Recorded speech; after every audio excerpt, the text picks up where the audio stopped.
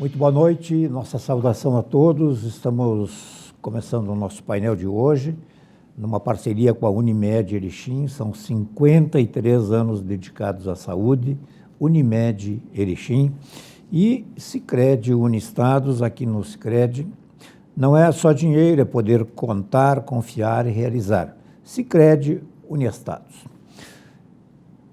Nosso assunto de hoje vai ser exatamente sobre dinheiro. Vai ser sobre economia, vai ser sobre a situação econômica do país, numa visão panorâmica, né, tanto quanto que geral, e também vamos ver como é que fica a vida de cada um, assim, para quem tem condições de explicar um pouco melhor assim, o que a gente pode esperar com vistas a 2025. Portanto, nós estamos recebendo o presidente do Conselho da Associação Cultural, Comercial e Industrial de Erechim, a ACE, o senhor Cláudio Honor Mores, né, uma figura conhecidíssima aqui na cidade, né, e, enfim, tem participado de todos os eventos mais importantes do ponto de vista econômico e, por que não, também cultural aqui de Erechim. Cláudio Honor, me permito tratá-lo assim, pelo nome, né? Só pelo nome, não pelo Mores, enfim. Seja muito bem-vindo aqui ao painel. Olha, eu que agradeço hoje o convite honroso de sempre participar do painel e poder colaborar aí com os nossos telespectadores, expor algumas ideias para que a gente tenha reflexão, né? Especialmente nessa virada de ano, que a gente faz uma paradinha para ver como é que foi o ano, como é que pretende para o futuro, né? Você está fechando um pouco mais rico 2024 do que 2023? Ou aquela pergunta que o candidato Donald Trump fazia em campanha: compare você tem mais dinheiro no bolso hoje ou quando eu estava de presidente? Enfim, sem querer politizar a coisa. Claro, vamos ser mais realistas, né? Isso. Eu acho que o cidadão brasileiro, a pergunta acho que tem esse enfoque, né, hoje, ele termina o ano com o bolso um pouco mais vazio, né? Tá bem claro, quando a gente vai no supermercado, vai fazer compras do dia a dia, está faltando recursos, eu estou gastando mais. Você ouvinte, com certeza mais recursos do que gastava numa cesta básica, na sua compra tradicional. Isso tem motivos para isso, né? Motivos econômicos, claro, né? Que são os pontos mais nervosos da economia brasileira, aonde o governo não conseguiu e não conseguirá equilibrar as contas mais um ano, né? O senhor pode entrar em alguns desses motivos, assim, o que fez com que nós chegássemos ao final de 2024, então, na sua visão, e eu, como consumidor, eu também me vejo numa condição assim, né? O que levou para que a gente chegasse com o bolso um pouco mais vazio, ou bem mais vazio? A situação brasileira, ela veio um contraditório, né? Um paradoxo interessante. Tem números até favoráveis, que surpreendem. O PIB deverá crescer algo de 3,39%, é a perspectiva do último relatório Focus do Banco Central, né, que reúne ali a cabeça de cerca de 200 economistas, né, que é uma coisa assim que surpreendeu, puxados pela indústria, pelo serviço, pelo comércio e não tanto pela agricultura esse ano, que sempre foi o carro-chefe, né? Então, a nível nacional, esse é o grande número positivo.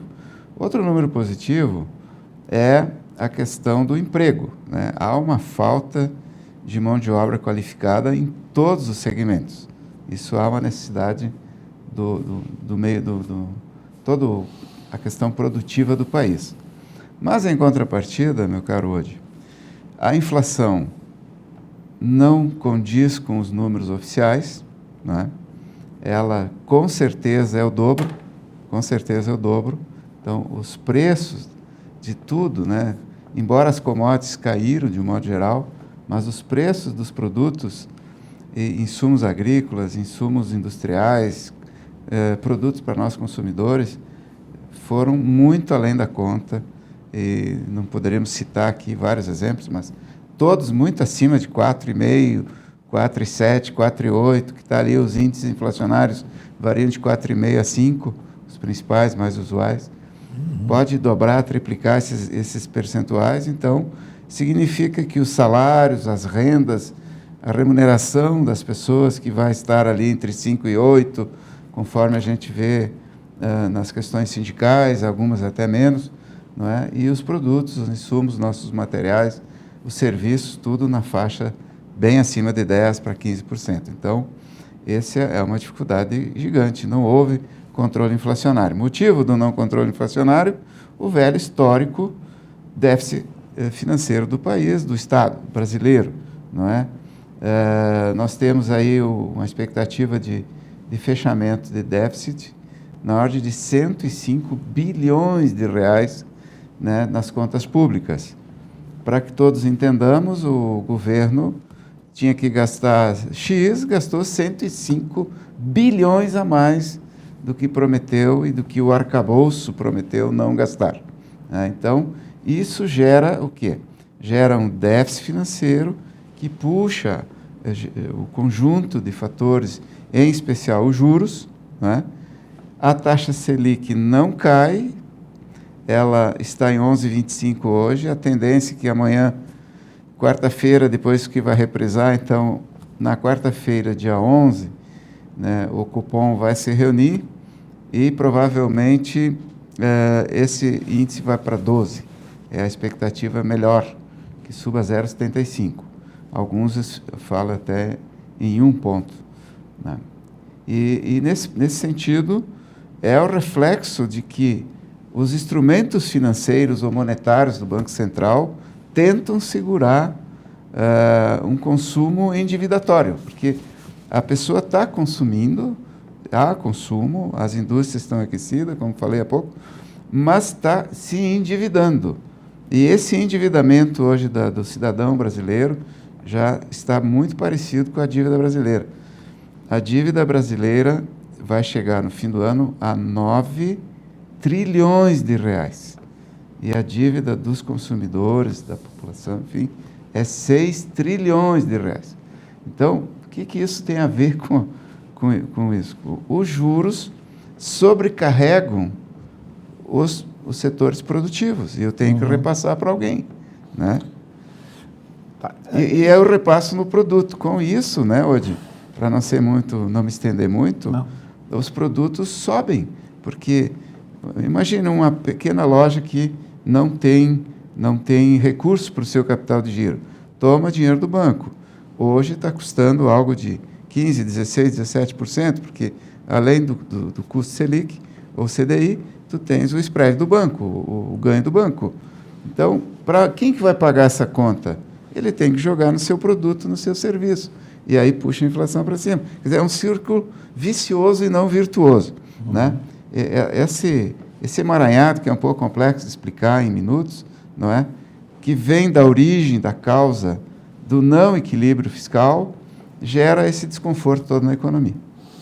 Cláudio Honório, eu vou te fazer questões mais empíricas, assim, e gostaria, eu sei que tu pode, né, de explicar, eu gostaria que tu entendesse, né, para falar para o grande público. Sim, né? mais tranquilo. Vou baixar a régua, né, assim, para eu também poder ter chance de pular por cima, né, e explicar, porque assim, eu vi um embate na Câmara de Vereadores há poucos dias entre dois pontos de vista antagônicos, né? Um dos edis dizendo que o país está crescendo, isso, aquilo, e citando números, crescimento de 3,5%, de 4%, não sei o quê, enfim, pleno emprego, uma série de coisas. A seguir, um outro edil, companheiro dele, parceiro né, foi lá, de bancada, foi lá, ou de plenário, melhor dizendo, foi lá e rebateu isso, dizendo, não, mas isso aí é crescer, assim fica fácil, quando tu pega o dinheiro não sei de onde, e olha o dólar e tal. tu fica meio assim, como é que é isso aí? Assim, está crescendo, mas ao mesmo tempo, esse crescimento, ele é real ou ele é, digamos assim, perigoso no sentido assim de que essa conta vai vir mais adiante? Você usou a palavra certa, ele é muito perigoso, porque nós estamos crescendo. Vamos pegar um exemplo pessoal, já que você pediu assim para a gente deixar num coloquial, né, numa conversa mais informal. Se eu sou um cidadão que ganha 5 mil por mês, certo? E quero investir, quero construir um anexo na minha casa, quero comprar um carro novo, tá, com 5 mil, o Brasil, compare, o cidadão e o Brasil. Os 5 mil é o Brasil. Os 5 mil que eu recebo não paga as minhas contas pessoais, não paga o meu dia a dia. Tenho emprego, portanto o emprego está existindo, ok? Como foi dito. A economia está crescendo, agora vejo por quê. Porque eu resolvo fazer uma dívida para fazer esse anexo, para fazer esse carro que eu quero acrescentar. Então eu estou crescendo e o país está crescendo lastreado em dívidas. Ou seja, eu estou engordando minha dívida, assumindo um custo futuro para gerações futuras quase que impagável, porque é muito juros, né, desse número que eu falei há pouco. Então, imagina esse cidadão, ele vai ganhar 5, a inflação vai corroer o salário dele, porque o 5 vai valer menos, porque os produtos sobem mais, não é? Como falamos há pouco, e ele ainda vai ter que pagar um juro desses 5 mil aqui, de uma dívida que ele constituiu. Como? O que ele vai matar aqui, no bom sentido? O que ele vai tirar do seu consumo para honrar um juro que ele está tomando para ter um sonho, um desejo, um interesse de aumentar a sua casa ou trocar um carro? É a mesma coisa o Brasil. Ele não para de gastar. Por que ele não para de gastar? Só que o pior, ele não investe na casa nova nem no carro. Ele investe em porcaria. Ele investe em despesas que não agregam, em coisas que são só excesso de benefícios sociais, não é? Que isso deixa muitas pessoas em casa e aí nós precisamos daquela mão de obra para trabalhar. Aquelas pessoas preferem ficar em casa porque estão ganhando uma renda paga por quem produz. Então, o país gasta com excesso de ministérios, excesso de despesas para lá e para cá, excesso de emendas, excesso disso e daquilo, para não entrar em conversas mais delicadas, não é? A previsão orçamentária do ano que vem, depois a gente fala, né? Então, esse gasto não é investimento para o país. Sim. Se ele tivesse, né, no meu exemplo aqui, pessoal, investindo no anexo de uma casa ou num carro, investindo em portos, aeroportos, né, estradas, ferrovias, que isso geram a solução da infraestrutura brasileira, que sempre precisamos e para avançarmos precisamos, isso não ocorre. Ocorre em gastos estranhos, vamos dizer assim, não tão necessários para amigos, para interesses políticos, muitas vezes, e isso prejudica o país. Eu acho que o meu exemplo deu uma resposta, assim, equilibrando aí a tua pergunta. Muito bem, mas vamos voltar ao exemplo da família, digamos assim. O pai resolve, ganha 5 mil por mês, e dá para pagar as despesas previsíveis, assim, que não dá para deixar de pagar, Isso. e mais ou menos, digamos, sobra R$500. Pronto. Vamos que sobra isso aí, ou não sobra nada. Vou te fazer uma parte aí, Wadi. Vou te fazer uma parte. É bem ali a questão desse nome bonito, né? O déficit fiscal. Sim. Esse cidadão de 5 mil não está sobrando 500, ele está gastando 6. Esse é o problema do Brasil. Tá. Mas então, digamos assim, se eu tenho ciência disso, ou se eu não tenho ciência disso, não tem ninguém dentro de casa, digamos, que possa chegar e dizer, pai, olha, tu tá gastando mais do que nós estamos. Não tem alguém, aí perfeito. Não tem um ministro, alguém que freia isso, queira chegar e dizer assim, pai, né, olha, vai estourar. Vamos seguir a mesma analogia Sim. que está ficando interessante, né, Odi? Sim. Sem querer, querendo, como dizia aquele humorista, né, que eu não me lembro. Isso. Então, essa família deveria se reunir, a mãe, os filhos, e dizer, olha, vamos conversar a respeito, né? Nós estamos se endividando no corrente e ainda vamos fazer um anexo e comprar um carro. Não vai dar certo, vai dar estouro ali na frente. Levando isso para o país, quem é que seria o freio? O Congresso, os que nos representam, né? Os 513 deputados, 81 senadores, seriam o porta-voz do povo para dizer, governo, não pode passar isso, não deve, né? Mas o que acontece? Os acordos e os aconchavos de interesses diversos, que não vamos entrar aqui em detalhes, fazem com que, muitas vezes, se aprova arcabouço fiscal com chance de... Agora houve um destravamento de valores lá, uma concessão, é concessão, é concessão. Precisamos aumentar as verbas para os deputados e senadores distribuir, então a concessão, concessão. Aí entram os ministérios gerando mais despesa, ninguém freia. Eu não vejo há muitos meses, vamos dizer assim, nesses 2 anos praticamente, acho que a grande crítica feita ao Estado brasileiro, ao governo atual, é que ninguém fala em momento algum no que precisamos, que são reforma administrativa. Sim, está havendo agora uma reforma tributária, que está bem avançada, há uma tendência até que se vote emergencialmente ainda dentro desse mês, né? Ontem, por exemplo, né, no dia 9, houve um boicote, porque existia na CCJ a necessidade de votar uma prévia da reforma, do primeiro texto, para ir para plenário, e os deputados negligenciaram, fizeram boicote, porque as verbas parlamentares não foram liberadas. Então, é um toma lá da cá, é um jogo de interesses muito grande, que se entende, o jogo político, evidente, mas aí não existe um freio para dizer, por favor, pare de gastar, né? Não é só o cidadão pedindo, né? Algumas partes da imprensa também parece que fechou os olhos a essa necessidade das reformas, da necessidade estrutural do país de cortar esses gastos excessivos, né? De filtrar o realmente necessário. Há tantas denúncias dos cerca de 54 milhões de brasileiros que têm algum benefício, né? É muito dinheiro.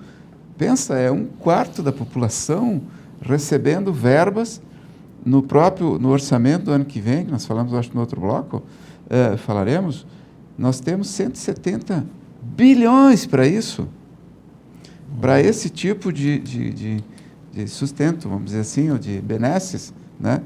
Alguém tem que pôr um freio, né? Vamos pegar o exemplo do prefeito de Bento Gonçalves, aqui de Erechim, o nosso prefeito Polis também o fez assim. Ele quer Bolsa Família zero aqui, se possível. Eles tentam sempre colocar as pessoas.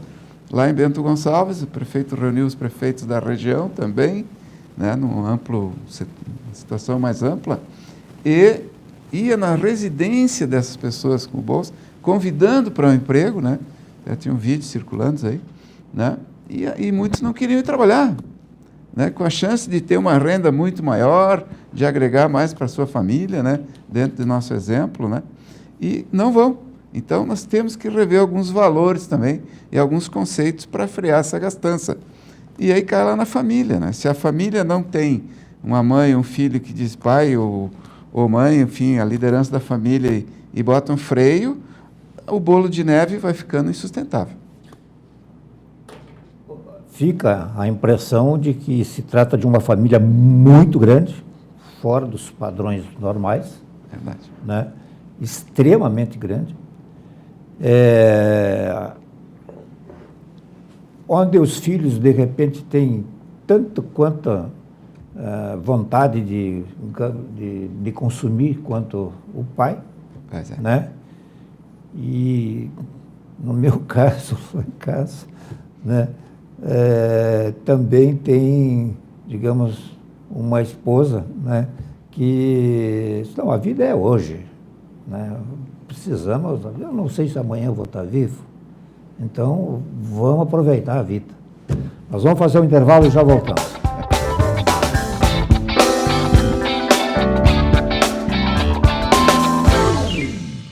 Somos vizinhos, conterrâneos, profissionais de saúde. Aqui tem gente, aqui tem vida, aqui tem Unimed. O Sicredi inteiro fica te esperando, pra te ver sorrindo, pra te ver sonhando. Aqui no Sicredi não é só dinheiro, é ter com quem contar, é confiar, realizar. De jeito maneira, não é só dinheiro, é ter um parceiro. Eu sou o Sicredi, tô no Brasil inteiro. Não é só Abra uma conta no Sicredi. É mais que cartões, créditos, investimentos. É ter com quem contar ao seu lado.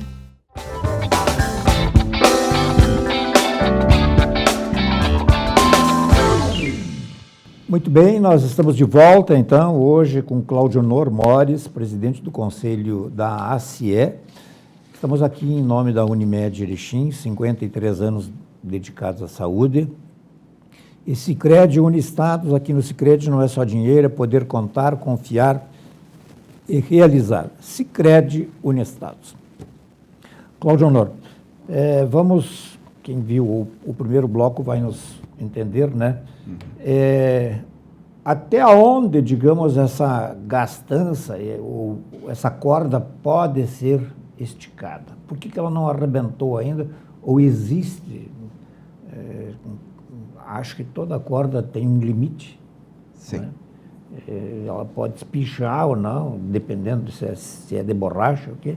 Mas vamos ficar no caso da família. Até onde a gente pode ir? De repente eu não consigo mais pagar o meu carro que eu comprei, o investimento que eu fiz para aumentar a minha casa e o banco está me cobrando. Como é que eu vou deixar de pagar? Eu vou perder isso. Né? Claro. Assim, eu vou perder o que eu já paguei e, de repente, eu vou me tirar aí o carro. Né? Mas em nível nacional, como é que fica isso aí? Veja, recentemente aqui, questão de um mês, um pouco mais, talvez, teve aqui o Fernando Schiller. Isso. Né? Acompanhado de outro economista, que não me ocorre o nome. Eles desnudaram esse ponto, mais ou menos nessa linha que estamos Acho falando. Que é Marcelo Portugal. Marcelo Portugal, exatamente. Ele, em poucos gráficos, né, dentro do Economês, evidente, ele disse o que nós estamos falando aqui. A família, ela vai quebrar.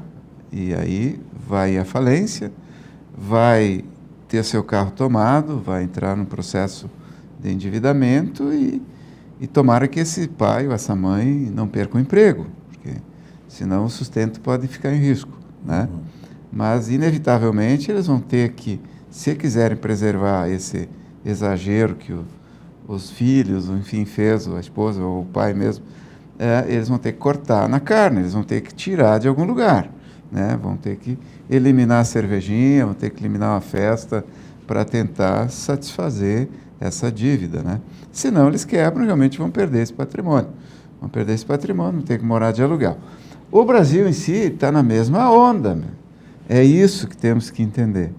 Quando a gente fala que o PIB previsto para o ano que vem é na casa de 12,5 a 13 trilhões de reais, ou 2,2 trilhões de dólares, né? E que a dívida já fecha o ano na casa de 9 trilhões de reais, ou 76, 77% do PIB, é essa conta que fazíamos. O pai que ganhava 5 já está com uma dívida ali de 4 e pouco, quer dizer, é insustentável, é impagável. Tá? Por que o país não vai quebrar assim do dia para a noite? Ele não quebra, mas estoura todos os números, é o que tu falava, o limite. Sim. Talvez o limite, alguns economistas já estimam o ano de 2028, que é quando a dívida vai fechar com o PIB. Ou seja, nós vamos estar devendo o que produzimos no país. Mas aí vem os argumentos. O Japão também deve. Só que o Japão não tem juros de 12, 13 ou mais por cento. Tem 1, 2% ao ano. Ele não sente, ele tem uma dívida, sim, igual ao PIB, mas toda a dívida é para investimento, é para deixar o país melhor. É novos trens, é túneis, é muito investimento lá contra a questão de terremotos, né? Que eles têm esse problema. Água, enfim, eles têm um país pequenininho, né? Produção, enfim. É diferente, só que aqui nós endividamos com quase zero de investimento. A gente não vê uma usina nova, um porto, não vê investimento. Vê algumas coisas sim, mas o que sobra para investimento, depois falamos no orçamento, é uma migalha de 2%, 3%, né? Que o próprio Fernando também falou naquela palestra. Então, querido, o país não quebra, mas ele explode no seguinte, sim, vai estourar a inflação, os juros vão subir mais, nós vamos viver mais ou menos o que a Argentina viveu, ou agora está corrigindo, né? Nós vamos empobrecer muito, porque se eu tenho um dinheiro que vale R$1, daqui um ano, 2, 3, esse real vale 50 centavos e as coisas vão estar valendo R$1. Então você vai empobrecendo. A inflação dispara, o endividamento, nós perdemos o controle do país e nós vamos ser, vamos dizer assim, gerenciados por órgãos, organismos até internacionais, um FMI da vida, né? ou sistema financeiro, para tentar frear ou tentar acalmar a economia. Eu nem falo que aqui nós somos um povo pacífico hoje, porque poderia estourar uma guerra civil, se nós fôssemos um pouquinho mais nervosos, né, em ficar aceitando um cenário desse. Vejam, eu não estou sendo pessimista, eu estou sendo realista. E nem alarmista. E nem alarmista, porque isso, se o governo tiver um pouquinho só, quando eu falo governo, não é só o executivo, né? Executivo, legislativo, até o judiciário agora se envolve em questões econômicas, a ponto no ministro Barroso dizer que o julgamento que eles fazem é de cunho político, muitas vezes, e não técnico. Estou surpreso até agora, gostaria que os amigos juristas um dia me explicassem, nem eles entendem, né? Então, o conjunto de governo, e aí se fala muito, né, hoje alguns telespectadores até estudam isso, o famoso sistema que envolve pessoas do executivo, legislativo e etc., que compõe uma governança não visível, né, não visível para o país, é que talvez estão conduzindo esse país para um regime, para os interesses que não seja, talvez, da grande maioria do povo, no sentido de ter um povo livre, um povo que quer trabalhar, um povo que quer ter uma vida estável, não é? Um juro decente, não é? E assim, deixando o país com esse volume, né, e eu insisto nisso porque parece um assunto chato, né, mas é o grande fator, o grande vetor que causa o crime no Brasil é o endividamento público, que daí, veja, quando a gente vai pagar os nossos impostos, quanto vai para isso, né? Quanto vai para isso? Para pagar juros, para pagar previdência de funcionalismos que não arrecada o suficiente para cobertura. Então, a gente paga muita conta, né, que não é nossa.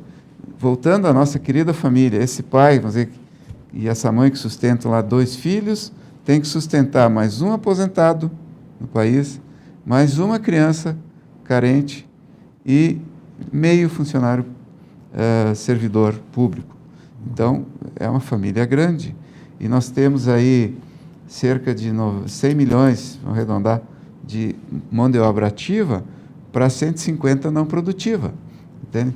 Então, fica muito pesado, né? Essa conta não vai fechar. Agora, o que chama atenção aí, a gente tem lido alguns artigos da imprensa do centro do país. Claro que há um número grande de aposentados e eu acho que se aposentaram por direito, enfim, é um direito deles, né, e trabalharam para isso e tudo e tal. Agora tem chamado a atenção muito o seguinte, são aquelas aposentadorias assim, um tanto quanto assim, a gente relativamente pessoas novas ainda, né, que está em lei, me parece, não sei o quê, mas e com salários altíssimos. Inclusive, também tem esse lado aí. Essas que eu me refiro, principalmente, né? Hoje eu não estou falando dos milhões de trabalhadores que são aposentados com valores também, né? Normais, vamos dizer assim, 1, 2, 3 salários. Esse é inquestionável, né? nós estamos falando de pessoas... Agora até o governo propôs, né, tem uma medida que vai tramitar, espero que passe, né, um ajuste nesses salários, um corte no teto, né. Nós temos aí desembargadores com 300 mil, 400 mil, 500 mil, né. Nós temos servidores acima do salário do presidente, quer dizer, não pode, isso é um exagero com o dinheiro público, né, exagero, não estou dizendo se merece ou não merece, mas tem muitos cargos, né, que não tem justificativa de ter rendas muito fora da curva, né. Esse é um dos gastos desnecessários. É este que nós... Né, existe um movimento aí, inclusive em grupos, para que isso aconteça, né, esse corte, né, Odi? Que é que poderia... Porque se eu estou recebendo uma aposentadoria, digamos, de 400 mil reais, eu estou recebendo porque deve estar escrito em algum lugar que eu tenho direito a receber aquilo ali. Verdade. Tá. Aonde se desarrumou essa... Essa é a questão, eu diria que centenária, né? Sim. Centenária hoje. Isso vem de muitos anos, acumulativa, né? De uma série de erros e ninguém tomou providência, né? Então, ninguém freou, ninguém tomou providência. Na Constituição de 1988, que foi saudada como uma Constituição cidadã e tal, isso não foi... Não foi visto, porque lá tem quantas vezes, vamos lembrar? 256, 200 e poucas vezes o direito e 5 ou 6 vezes o dever. Então, ela não freou isso. E o país se soltou, né? Nós estamos falando da esfera federal, né? Nós temos a estadual, temos também o âmbito municipal em termos econômicos, né? Depois podemos falar um pouquinho. Mas esse âmbito federal, que é a reforma administrativa, hoje, não é feita. Há quantos anos se fala? Eu acho que desde que me conheço por gente, se fala em reformas administrativas e não a vem, né? Reforma política, que sempre é uma meia-sola. A reforma tributária que está aí para vir, senhoras e senhores, está bem, ela tem um mérito de equilíbrio das contas, assim, mais justa no tributário, né? Porque tributa no destino, os débitos créditos têm mais coerência, mas o custo do tributo não vai reduzir, vai aumentar. Inclusive, eu queria trazer uma contribuição aqui do professor Arthur Moledoval. Ele fez uma conta de 95 a 2024, vou pegar uma colinha aqui. 1995 a 2024. Então, os preços subiram 466%. Quase 30 anos. Quase 30 anos. O PIB, 1.528%. Olha a disparidade. Os tributos, 2.033%. O gasto público, 2.117%. E os juros, 4.136%. Não precisamos nem falar muito, é um desequilíbrio completo, né? Como é que o PIB cresce 1.500? Como é que eu aguento isso? E o tributo 2033 e a reforma que eu me referi aqui vai aumentar ainda mais. Porque a gastança subiu 217%, mais do que o tributo, mais do que o PIB. Então, ou seja, o Estado gordinho, né, vamos inchando o nosso Estado, vamos botando braços, tentáculos nesse povo, 40 ministérios, etc. Esse é o caos. É isso que é o problema. Isso gera inflação, porque, de novo, né, o governo precisa tomar mais dinheiro, tira dinheiro do próprio Brasil, e aí o juros sobe, porque o dinheiro escasseia, e assim vai. Então, percebo por esses números do professor Arthur, em cerca de 30 anos, como disseste, está aí o descalabro de anos de ninguém frear essa roda. Sim, ao menos aí pega 30 anos. Esse círculo não é virtuoso, né? É vicioso, né? Porque o círculo virtuoso era tudo estar em linha. Preço subindo, com o PIB subindo, tributo caindo de preferência, porque se a economia está aumentando, por que aumentar o tributo? Tem que ser ao contrário, devolve para o povo, não precisa tanto dinheiro. É só não gastar e os juros voltariam para estágios internacionais, que é o sonho nosso, né? Eu trabalho há 50 anos, né? Tenho 50 anos de labuta já, né? Fiz esse ano. E aí eu não vi um juro decente aqui, a não ser um intervalinho ali de 1%, 2% ao ano, 3% talvez, que fosse um juro razoável de uma economia que fluísse como a europeia, a americana. Hoje também lá estão enfrentando problema de juros altos, mas é ainda efeito da pandemia, né? Está voltando para o lugar, né? Mas ainda vai 1 ano, 2 lá para voltar tudo para o lugar. Eu tenho várias questões ainda. Vamos fazer o seguinte, nós vamos fazer o nosso terceiro e o segundo e último intervalo do programa de hoje e já voltamos.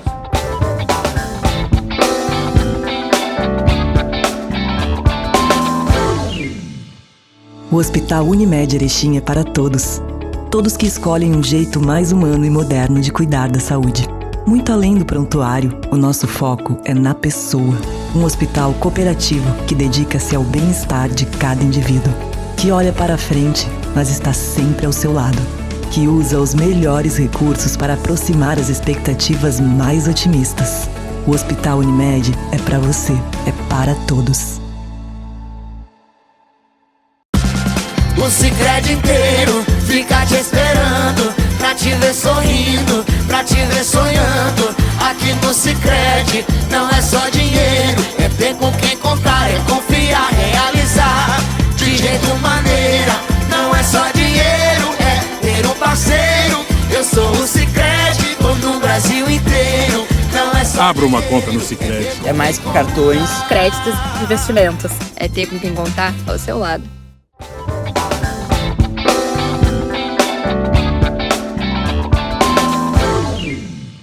Muito bem, de volta aqui em nome da Unimed Erechim e também de Sicredi Uniestados, hoje prazerosamente junto conosco aqui o senhor Cláudio Nor Mores, presidente do Conselho da ACIA. Bom, vamos falar um pouquinho sobre o orçamento. Nós temos um ano novo que está por iniciar agora nos próximos dias, e sempre lembrando que o nosso programa está sendo gravado no dia 10 de dezembro. Então, gostaríamos já de deixar observado que, de repente, surge algum fato novo, né, que, enfim, está sendo gravado no dia 10. Até aqui a gente pode dizer isso. Exatamente. Né? Então, vamos falar um pouquinho sobre o orçamento do ano que vem. Então, o governo enviou para o Senado a proposta orçamentária, né, para 2025. Ela soma 5 trilhões 870 bilhões. Desses valores, eu vou arredondar um pouco os números, porque são muito grandes. Retire dali 2.870. 5.870, tira 2.870. O que é o 2.870 hoje? É a rolagem da dívida com os juros. Então, os juros dá cerca de 600 bilhões. E vão rolando, e vão somando naqueles 9 que eu falei há pouco. Rolando quer dizer, não estão sendo pagos. Não estão sendo pagos. O que o governo faz? Ele emite títulos da dívida pública, que é comprado pelo mercado, porque os juros estão, baseados na custódia, que é a Selic, são bem atrativos, né? Se você pôr hoje na poupança, tu ganha 6% ao ano, sempre arredondando. Se você pegar um título do governo e acreditar no título, porque até então há um pagamento, ali é o risco futuro de não haver esse pagamento, perceberam? Né? Se aquela dívida chegar, você ganha no mínimo a Selic. No mínimo a Selic é hoje 11,25. Tende a ser 12,25. A previsão do mercado é 13,5 para o ano que vem, a Selic. A previsão do governo é 9,6. A Selic, o que é para o grande público aí? Eu sei, a gente sabe, mas... Sim. É a taxa de custódia do título público. É o juro que o governo paga, vou falar assim no português bem simples, pelo título que ele emite para pegar dinheiro do mercado. Mas não é aquele juro que a gente paga em banco, digamos. Lá no banco, a Selic ela equivale ao CDI, basicamente, que é o juro mínimo do banco. E o banco acrescenta ali o seu spread, o seu ganho, não é? E uma taxa de risco, dependendo do tipo de crédito. Então, o juro que tu vai pagar para o banco, ele vai passar de 15, muitas vezes, né? Grosseiramente. Uns vai mais, outros um pouco menos, Mês. depende ano. Sempre lembrando que depende das carteiras, depende de cada agente. Então, o banco pode dizer, olha, no agrícola eu quero ganhar um pouco menos, então ele bota 2% ao ano, no imobiliário um pouco menos, mas no capital de giro eu quero ganhar um pouco mais. Então, ele faz uma cesta e os juros têm por referência os juros que o governo brasileiro paga para os seus títulos, né, que é o de custódia desse título. Por que também se segura essa Selic alta? Porque daí é uma forma de atrair dinheiro estrangeiro para o país. Por exemplo, imagina lá, você mora na Europa e você compra títulos do governo brasileiro, né? Lá tu ganha 3, 4% lá na Europa. Aqui tu ganha 10, 11, 12, dependendo do período, você ganha mais. Então, você traz para o Brasil não um dinheiro saudável, você traz um dinheiro especulativo, né? Outro dinheiro que entra no Brasil é o dinheiro que entra para investir na Bolsa de Valores, nas empresas brasileiras que geram resultados. E aí, as empresas públicas, que até o governo anterior todas fecharam lucrativas, este ano, tirando uma, duas, que são as bem conhecidas, como Petrobras, todas estão negativas, todas com déficit. Ou seja, gestão horrível, né, com prejuízos. Então, o governo mandou esse orçamento prevendo um PIB de crescimento ano que vem de 2,6. Muito bem, o mercado acredita em 2. O governo imagina um PIB nacional de 12,300 trilhões. O mercado até concorda, por ali, entre 12 e 13 trilhões de reais.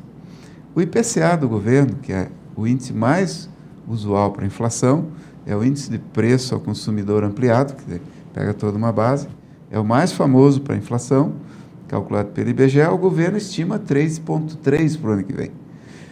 O mercado, 4,5% até 5%. Ou seja, por aqui a gente vê, né, um disparate assim. A taxa de câmbio no orçamento, 5,19%. O mercado acredita em, no mínimo, 5,77. R$ 5,77 no dólar. Então, esse desconforto que está, analistas de mercado, economistas, com o orçamento, é que está gerando esse desconforto financeiro, essa não crença, não é, na economia. Preciso fazer um ponto aqui, porque Claro. é o seguinte, o mercado é sempre o mercado, ou seja, ele tem uma regularidade, óbvio, ou ele varia de acordo com a cor do presidente, digamos assim, de acordo com o partido que o presidente está, da linha política que está no governo. Porque eu já ouvi dizer, o mercado que, não sei se quis se dane, o mercado tem uma boca muito grande, o mercado... Eu lhe pergunto, então, o mercado seria igual se fosse um presidente totalmente com uma visão oposta em governo? Sim. O mercado livre, né, que foi aberto lá no passado, lá desde o Collor, começou a abertura econômica, ele se autorregula. Ele joga com as forças econômicas de um setor com o outro, ora um, ora outro, com a economia internacional. Agora, a grande pergunta é qual será o efeito Trump, né? Já podemos falar um pouco, mas o mercado se regula. Veja ali a questão do Banco Central. Ele não está cedendo às pressões do governo que quer baixar o juro a forceps, né? Não tem como, não dá, porque senão a economia desequilibra totalmente. A inflação que hoje é 4, 5 ao ano vai para 20, 30, nós vamos ter a volta daquelas inflações doentias que tivemos lá no passado, de chegar a 80% ao mês, né, como a Argentina viveu. Então, graças à independência do Banco Central, a analistas sérios, aos limites financeiros, às regras interbancárias, isso tudo está segurando a economia. E graças também às indústrias que estão investindo em tecnologia, produzindo, exportando, né, a balança comercial positiva também, o agronegócio que teve um ano difícil, mas um ano ainda positivo, né? Tudo isso está nos ajudando, apesar das atrapalhadas do governo federal. Aqui no nosso estado, né, não precisamos nem falar que foi pior dos anos acho que da série histórica, né? Porque toda essa questão das enchentes, da seca, enchente, não é? Nos abriram aqui um rombo enorme, né? Que, felizmente, com essa decisão do Senado de bloquear o pagamento da nossa dívida, nos deixou aqui recursos, pelo menos, para dar uma recuperada, né? Mas muito pouco, porque os recursos prometidos para cá, pelo que eu vi, não tinha vindo 30% dos recursos prometidos. E muitos que vieram na forma de empréstimo. Então, nosso Estado, nós temos que torcer, e está tudo se encaminhando bem para uma excelente safra, para uma retomada, né, as indústrias voltando, né? Eu misturei um pouco os assuntos aqui, mas foi necessário, né, Odi? Sim. Então, percebo, o município nosso está bem, graças a Deus, todas as nossas indústrias estão pujantes, há investimento público aqui, a nossa prefeitura não tem endividamento, então ela consegue investir, consegue apoiar empresários, bairros, fazer investimentos, então estamos num momento bom para o município e até estivemos com o prefeito recentemente, na FRINAP e tal, a necessidade de mais mão de obra, venham para Erechim, né? Ontem mesmo foi uma matéria de cunho estadual, né? Só no Cine temos 2.700 vagas, né? Se me permite eu fazer um outro ponto aqui, Claro. A iniciativa privada ela precisa que tenha emprego e tal. Há a questão da falta de preparo da mão de obra. Sim. Diante da demanda, precisa um cara preparado assim, assado, não tem. Agora, por outro lado, a iniciativa privada paga de acordo com o que, digamos, possa atrair aquele que vai trabalhar. Sim. Quem é que vai trabalhar, digamos, por 1.700, Esse é o lado 1.800 ou 2.000? Esse é o lado positivo também do aquecimento econômico local, né? E em regiões, os salários e a falta da mão de obra, o salário aumenta naturalmente, né? Mas as nossas indústrias, estão pagando muito melhor do que era. Estão pagando muito melhor. Salários acima da média, não vou citar exemplos, senão vai ficar enfadonho, mas pode ter certeza que a nossa indústria, além de ofertar, a indústria, comércio, serviços, todos, ofertar o treinamento, a preparação dessa mão de obra, está remunerando muito bem e está gerando benefícios. Por exemplo, até os estrangeiros que estão aí, tem casa, aluguel, transporte, quer dizer, está se dando um apoio necessário para se ter uma mão de obra mais qualificada aqui. Eu estou trazendo isso porque também na Câmara de Vereadores eu vi batendo duramente em cima disso, né? Como não se tem um dado preciso, né? Mas eu tenho o privilégio de ter uma convivência com muitos empresários, então a entidade tem, né, a nossa CIE, e a gente tem debatido isso lá e a gente vê depoimentos de empresas amigas que investem na preparação de pessoas e no entorno disso para que se tenha a mão de obra pronta, né? Mas eu acabei desvirtuando um pouquinho a questão orçamentária, querido. Lembra dos 5.870? Tira 2.870, que é para a questão das dívidas, né, que é rolagem e juros em cima. Sobram 3 trilhões, que é a arrecadação prevista para o ano que vem. Desses 3 trilhões de reais, é para suprir o rombo da Previdência. O que é o rombo da Previdência? É a soma da Previdência privada e pública, e aí entra aqueles mega salários, etc., que estão nesse bolo todo aí. Nós temos depois o retorno de 600 bilhões que vem para estados e municípios, né? Se você somar, vai fechar os 3. 250 para a saúde, 200 para a educação, que é obrigado por lei, percentual. Já está em um só, eu acho. Exato, sobrando 1.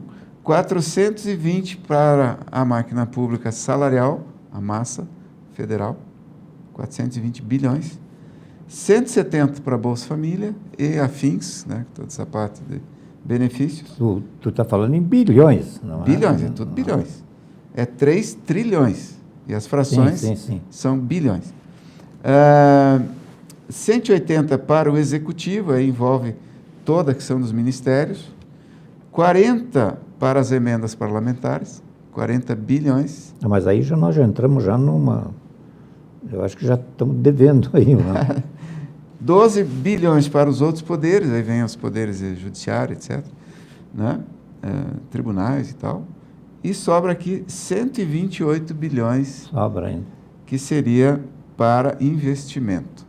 Só que, senhoras e senhores, hoje, neste ano, o déficit já está e deve fechar em 105. Será que a gente vai acreditar que vai sobrar 128 para investimento? Essa é a proposta orçamentária. Lembra os números que eu falei há pouco? Com o IPCA de 3, que o mercado não acredita, né? Sim. Então, o mercado se autorregula, o mercado faz uma leitura mais realista das coisas. A produção para o ano que vem tende a ser melhor, não é?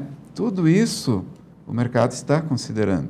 Quando eu digo mercado, são todas as forças privadas que leem a questão pública, não é?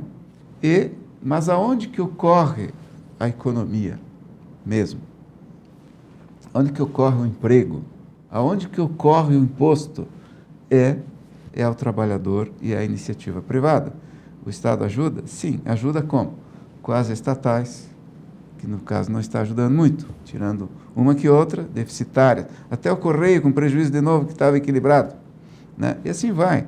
Quer dizer, é tão fácil a gente ajeitar esse país, basta um pouco de boa vontade, basta um pouco, talvez, o famoso sistema, deixar um pouco para o povo, né? Duro falar isso, né, hoje. Uhum. Deixar um pouco para o povo, talvez a gente consiga ter um país mais livre, mais justo, né? E o povo mais feliz de verdade, porque hoje se questiona até o IBGE, já tem até denúncias muito sérias e severas de que o IBGE está mascarando os números. Então, a gente fica num descrédito total da parte pública, né? Mas, mesmo assim, para não ser fatalista, né, indo para o realista, como disse no início, nós temos uma perspectiva de ótima safra, um comércio atuante, uma indústria forte, porque exporta bastante, né? Na agricultura, já falei, o eixo centro-sul, Mato Grosso ali, muito forte. As águas e as chuvas parecem boas esse ano. Então, a gente tende a ter uma economia positiva, apesar de tudo, apesar desse, eu não queria dizer desgoverno, porque, mas é um conjunto de autoridades que disputam poderes e esquecem um pouco da gente, do cidadão. A gente fica assim até decepcionado, né, quando a gente vê histórias de países asiáticos que estavam numa situação meio que semelhante ou até pior do que nós, há 40 anos, 50 anos. Né? A gente acha que esse tempo não vai chegar nunca, que não vai passar nunca. Não, já chegou e já passou. E que se arrumaram, Sim. que assim, se ajeitaram. Né? E nós, infelizmente, passa governo, passa década, décadas e décadas e a coisa parece que não tende a mudar, não sei se é uma questão cultural, o quê, enfim. Eu só sei dizer que me parece que nessa família, assim, o pessoal está mais preocupado no TikTok, em trocar o WhatsApp e sei lá o quê, ver o meu lado e tal, e, enfim, a família que se vire depois. Eu tenho receio hoje que estraguemos muito a nossa questão cultural hoje. A cultura do empreendedorismo, a cultura do trabalho, a cultura de construir, de estudar, de fazer, né? A gente vê uma geração neném aí muito forte, do nem estuda, nem trabalha, né? Então, preocupa a gente que tem os cabelos brancos, não é? E que todos possamos nos dar as mãos nessa reflexão de Natal e virada do ano e possamos intervir junto aos nossos deputados, senadores, para que possam, talvez, rever alguns horizontes e facilitar a vida desse país. Cláudio Honor Mores, muito obrigado pela entrevista de hoje. Lhe desejo um Feliz Natal para o senhor, para a sua família e, quem sabe, assim, que os prognósticos para 2025 possam nos provar um percentual razoável do contrário do que a gente está percebendo. Olha, eu espero voltar aqui e te dar boas notícias hoje. Você sempre gentilmente me convida estendo a ti e a todos os nossos ouvintes, telespectadores, um feliz e santo Natal e um ano novo de coragem e de sucesso, que com o trabalho a gente vai ter um ano razoável para bom, apesar de tudo. Ok, mais uma vez, muito obrigado. A todos de casa também, muito obrigado. Que cada um possa dar a sua contribuição. Veja como é importante essa questão da economia, que a gente debate tão quase nada dentro das nossas casas, né? Eu falo por mim, né? E dentro de onde a gente vai aprender as coisas, a gente aí quase não se fala nunca nada mesmo. Enfim, uma boa noite e até a próxima.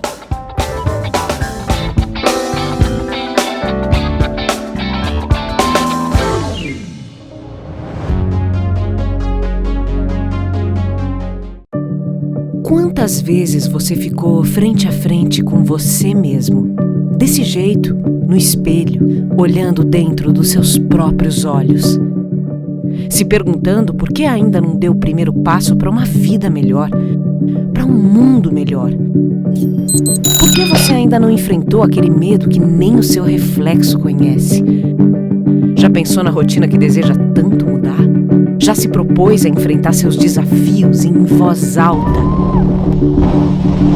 Já se encheu de coragem para tomar uma decisão como se estivesse incentivando alguém muito importante para você? Mudar um hábito é criar consciência e é o melhor conselho que você pode se dar. É o momento de pegar na sua própria mão e falar: vem comigo. Busque uma versão ainda melhor de si mesmo. Vamos juntos? Mude um hábito. Unimed.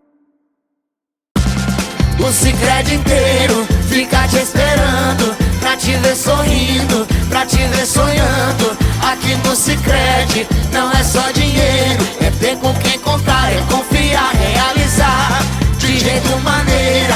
Não é só dinheiro, é ter um parceiro.